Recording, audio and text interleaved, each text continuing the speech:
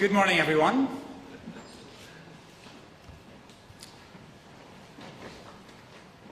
The Norwegian Nobel Committee has decided to award the Peace Prize for 2024 to the Japanese organization Nihon Hidankyo. This grassroots movement of atomic bomb survivors from Hiroshima and Nagasaki, also known as Hibakusha, is receiving the Peace Prize for its efforts to achieve a world free of nuclear weapons and for demonstrating through witness testimony that nuclear weapons must never be used again. In response to the atomic bombs attacks of August 1945, a global movement arose whose members have worked tirelessly to raise awareness about the catastrophic humanitarian consequences of using nuclear weapons. Gradually, a powerful international norm developed, stigmatizing the use of nuclear weapons as morally unacceptable. This norm has become known as the nuclear taboo. The testimony of the Hibakusha, the survivors of Hiroshima and Nagasaki, is unique in this larger context. These historical witnesses have helped to generate and consolidate widespread opposition to nuclear weapons around the world by drawing on personal stories, creating educational campaigns based on their own experience, and issuing urgent helps us describe the indescribable, to think the unthinkable, and to grasp the incomprehensible pain and suffering caused by nuclear weapons. The Norwegian Nobel Committee wishes nevertheless to acknowledge one encouraging fact. No nuclear weapons have been used in war in nearly 80 years. The extraordinary efforts of Nihon Hidankyo and other representatives of the Hibakusha have contributed greatly to the establishment of the nuclear taboo. It is therefore alarming that today this taboo against the use of nuclear weapons is under pressure. The nuclear powers are modernizing and upgrading their arsenals. New countries appear to be preparing to acquire nuclear weapons, and threats are being made to use nuclear weapons as part of ongoing warfare. At this moment in human history, it is worth reminding ourselves what nuclear weapons are: the most destructive weapon the world has ever seen. Next year will mark 80 years since 2 American atomic bombs killed an estimated of 120,000 inhabitants of Hiroshima and Nagasaki. A comparable number died of burn and radiation injuries in the months and years that followed. Today's nuclear weapons have far greater destructive power. They can kill millions and would impact the climate catastrophically. A nuclear war could destroy our civilization. The fates of those who survived the infernos of Hiroshima and Nagasaki were long concealed and neglected. In 1956, local Hibakusha Association, along with victims of nuclear weapon tests in the Pacific, formed the Japan Confederation of A and H Bomb Sufferers Organization. This name was shortened to Nihon Hidankyo. It would become the largest and most influential Hibakusha organization in Japan.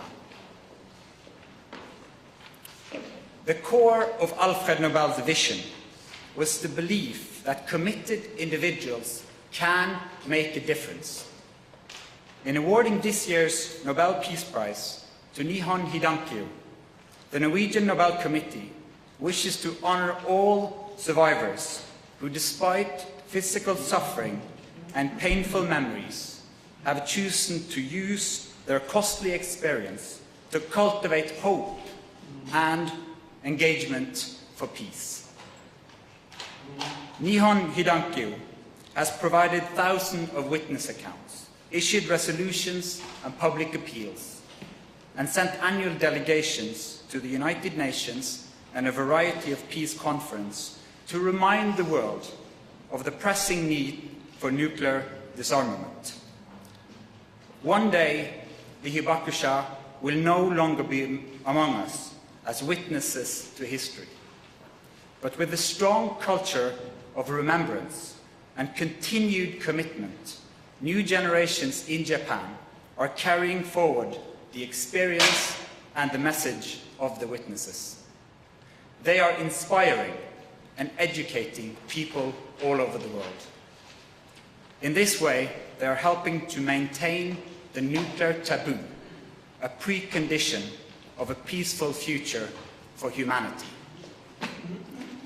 The decision to award the Nobel Peace Prize for 2024 to Nihon Hidankyo is securely anchored in Alfred Nobel's will. This year's prize joins a distinguished list of peace prizes that the committee has previously awarded to champions of nuclear disarmament and control. The Nobel Peace Prize for 2024 fulfills Alfred Nobel's desire to recognize efforts of the greatest benefit to humankind. Thank you. Ståltalsnes, Norwegian TV2. With all the conventional military conflicts going on in the world right now, what, if any, is the signal from the Nobel Committee to world leaders and the conflicting parties? Our message to world leaders all over the world is that the messages, the stories and testimonies of the Hibakusha is an important reminder of how unacceptable the use of nuclear weapons is. We should listen to their voices, and I hope all leaders take the time to listen to the painful and dramatic stories of the Hibakusha that reminds us that these weapons should never be used again, ever. I think it's safe to say that you defied most of the speculations this year. Why this kind of prize this year? When we look at the developments and the conflicts around the world, we see how crucial it is to uphold a nuclear taboo, to uphold the norm saying nuclear weapons should never be used again. The Nihon Hidankyo and the Hibakusha is crucial in this context. All states have the responsibility of non-use, and those stories are important in that matter. Have you been in contact with the winners this year, and what were their reactions?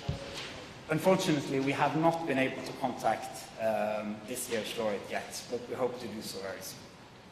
You have yourself said that it's a special year because of the raging conflicts going on. In what way was this year special and more difficult?